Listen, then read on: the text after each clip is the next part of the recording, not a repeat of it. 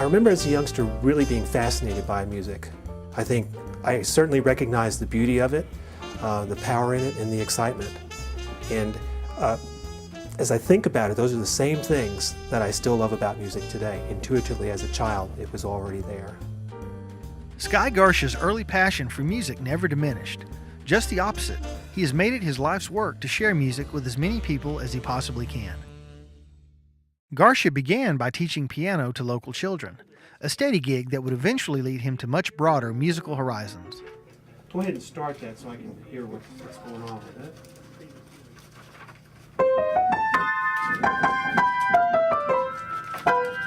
I've been teaching piano for over 10 years.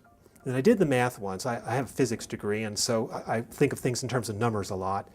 If I taught 40 lessons a week, which I did, for 50 weeks a year, I think that's 2,000 lessons a year. After 10 years, I'd taught 20,000 lessons. I taught all those lessons, all those pieces, and I began to recognize certain traits in pieces that students responded to. There were certain kinds of pieces that they liked. There were other kinds of pieces that were disasters with students.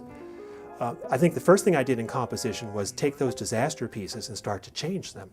If there was a bad measure, I would actually write on the page, let's try it like this and see if you like it better. Oh, C minor here. What was this up here? That is D minor. D minor. Skye soon found himself tailoring pieces of music to suit the strengths of his particular students. His early composing efforts followed the sole rule of meeting his students' needs. Somewhere along the way, however, he realized he was really starting to enjoy composition, and he decided to submit some original works. I was very fortunate in getting on with two publishers that have a very broad market. There are probably 5 to 10 publishers who deal with my kind of music, basically piano music, although I write for choir, I write for band, I write for other solo instruments. But basically, well over 3/4 of my compositions are piano solos. When I wrote away soliciting a publisher, I wrote to Alfred, which I felt was the #1 publisher in the country, Alfred Publishing Company. And it took a lot of doing, and I really had to be persistent, but eventually they said, yes, we'd like you to join our writers.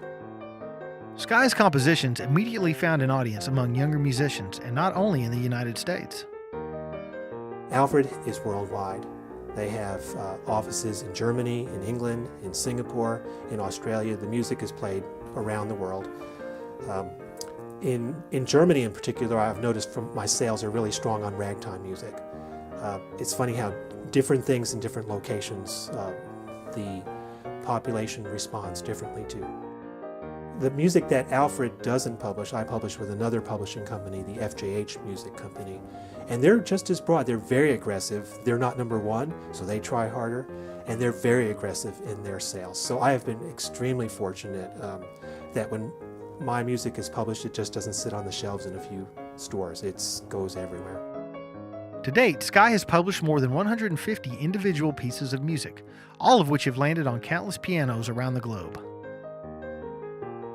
I remember getting a letter from a student in New York because I wrote a piece called the New York Suite. I'm from New York originally, and so I wrote 3 pieces, one based on life in New York City, one based on life in what we call upstate New York, which is really a giant state park, and then one based on life in Niagara Falls. And a student from New York had gotten that, and so they wrote to me in Oklahoma wanting to know about my inspiration and not knowing that I was from New York. I actually grew up there. So it's always really interesting and fun to get fan mail like that from different people that I've never met before and may never meet, but who are interested in my music. And sometimes they send me little compositions that they've written or pictures that they've drawn, and that kind of thing. So yeah, I do get some fan mail, and that's a fun part of it. I have a folder of it. The inspiration for Skye's compositions came from many unique situations. As an artist, he considered every idea, no matter how random or ridiculous it may have seemed at the time. I've woken up in the middle of the night having dreamed a song. It doesn't have to be anything fantastic. One night I woke up and I had dreamed a song that I called The Elephant's Trunk, just a little kid's piece. Just dreamed it, so I went in and wrote it down. It just happened in a dream, subconsciously. I was riding home from school one day and had the car radio on. I heard something from a symphony, a middle movement, and I thought I would really like to write something that captured that same mood. And I came home and began working on a piece. It's called On a Summer's Night, And in my mind, as I played at the piano, I can actually hear and see the symphony playing it that I had in mind. So there are a lot of different inspirations.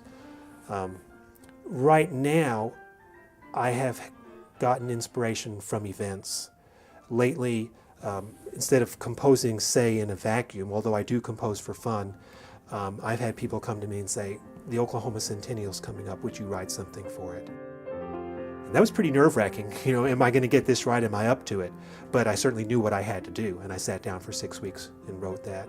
So sometimes it pops into your head, sometimes it's for a specific event. I wrote a piece called The Silver Anniversary Waltz for my wife, our 25th anniversary. Another time I had a student come in this very room right through the door. She's probably in 2nd grade, and she said, Mr. Garsha, you'll never guess what my cat was just doing. He's walking up and down the piano, playing the piano. And that's where Catwalk came from, which is my all-time bestseller.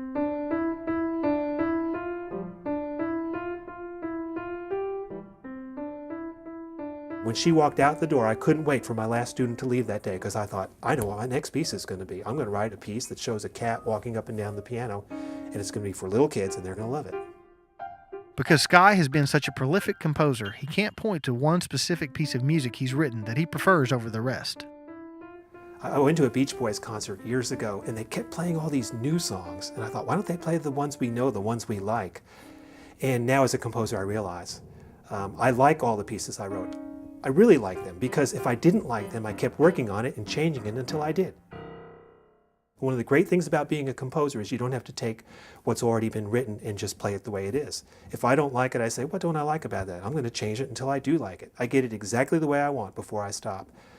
But then as soon as I go on to the next piece, I'm totally absorbed in writing the next piece. And suddenly that's the most important, the most interesting, the best thing I've ever written. And so what I'm working on right now is my favorite piece. And as soon as I start writing the next piece, it'll be my favorite piece.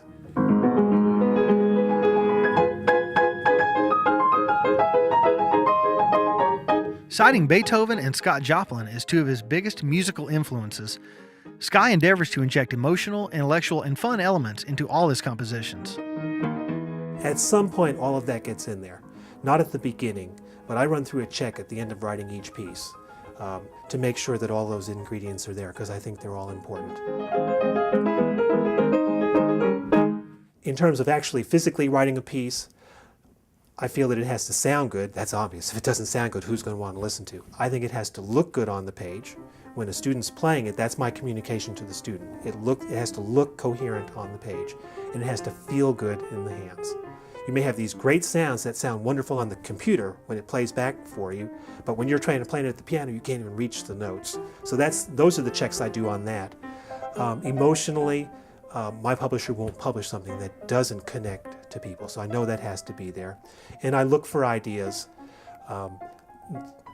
that lend themselves to emotion.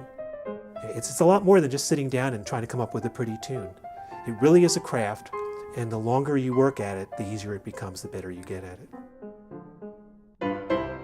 Skye has heard his compositions played many times by children and adults alike. It is a satisfying experience for him, regardless of their performance. If you look at that line right there, yeah, it's the F that your thumb has. Because you actually want to go like that, but it's... People say, do you feel anything special when you hear one of your pieces played? There's a distance between me once I finish a piece and that piece for some reason. Artists and musicians, I think, by and large, have great insecurities. So you're always kind of looking over your shoulder, and that's something we all battle. You know, does my music measure up? When someone else plays it, I'm usually not as concerned about whether they want to change it. I'm more concerned about whether they can play it better than I can play it. I feel pretty good about what I composed, and I can justify, if I ever felt the need to, why I wrote it a particular way. I've been around the business long enough to be able to say, this is like that for this reason, this does make sense. Sometimes I have to actually justify my pieces to my publishers. They'll say, we want you to do this at the end of the piece. And I'll say, no, I want it like this because this is what I had in mind. So the composition factor is not a problem. I can stand up to pretty much anything on that, and I have on several occasions. It's never ugly, but I'm comfortable with that. The performing is another thing, because I spend so much time composing. I'm not as good a pianist as the guy who practices 6 to 8 hours a day, the concert pianist. So it's very intimidating to go into a hall, have someone play my piece, and just absolutely whip it off the piano. Composing is very individual. I never have to look over my shoulder for composing, because when I write a piece, there's basically no chance that anyone else ever could have written that same piece. It comes from my background, it comes from my experiences, from my feelings. I could tell you the dynamics, all the parameters, and give you 100 years and you wouldn't come up with that same piece. It's just that individual. So it's a great field to be in, because you don't feel the pressure from that standpoint. Did I throw you off? I missed my F sharp. Yeah. Skye also teaches young people to write their own music. At this point in time, still a fairly underdeveloped area of instruction. He believes the challenging art of composing presents an excellent learning opportunity for his students. I find that students love to compose, especially if you give them an opportunity to play their pieces on a recital. And then once one student plays one of their own personal compositions on a recital, everyone else wants to write one for the next recital. I think that music is a discipline that teaches creativity, and it teaches people to think abstractly. And I recognize that a lot of subjects don't do that. You read a chapter, you memorize facts, you answer them on a test. If you get enough of them right, you get a good grade. Why the words are like that? From the other standpoint of, say, entertainment value, not educationally speaking, but just for the value of living, music is important. People learn more about themselves through music. They are able to express themselves through music. They are entertained by music. They have fun with music, actually playing it, physically playing it. So there are a lot of different sides that make music important to everyone. Let me start with every season there and see if you catch it. Starting right on that measure? The measure lead before? in. I don't have from it. Oh yeah, I put that in today, sorry. I did a dynamic check and I didn't have it. That's for the piano anyway. Although Skye is a well-known and respected composer, he says living in Ada has been a key to his musical success. You know, how does music come from a small town in the middle of a small state in the middle of this country and go around the world? Remember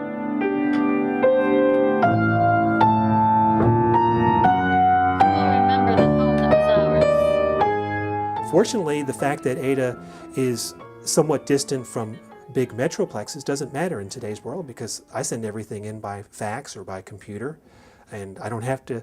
I'd probably been publishing for 5 years before I met my key editor. I'm all the way back to the repeat. Oh, I haven't made it there yet. Yeah. Okay. It's a place where I'm comfortable, where I'm not distracted, where I'm appreciated.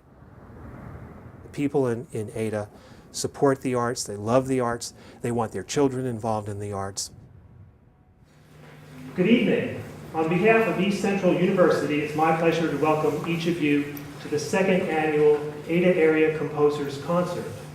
364 days ago, on January 25th, 2007, we held the first ever Ada Area Composers Concert at this same location, featuring the works of 5 composers.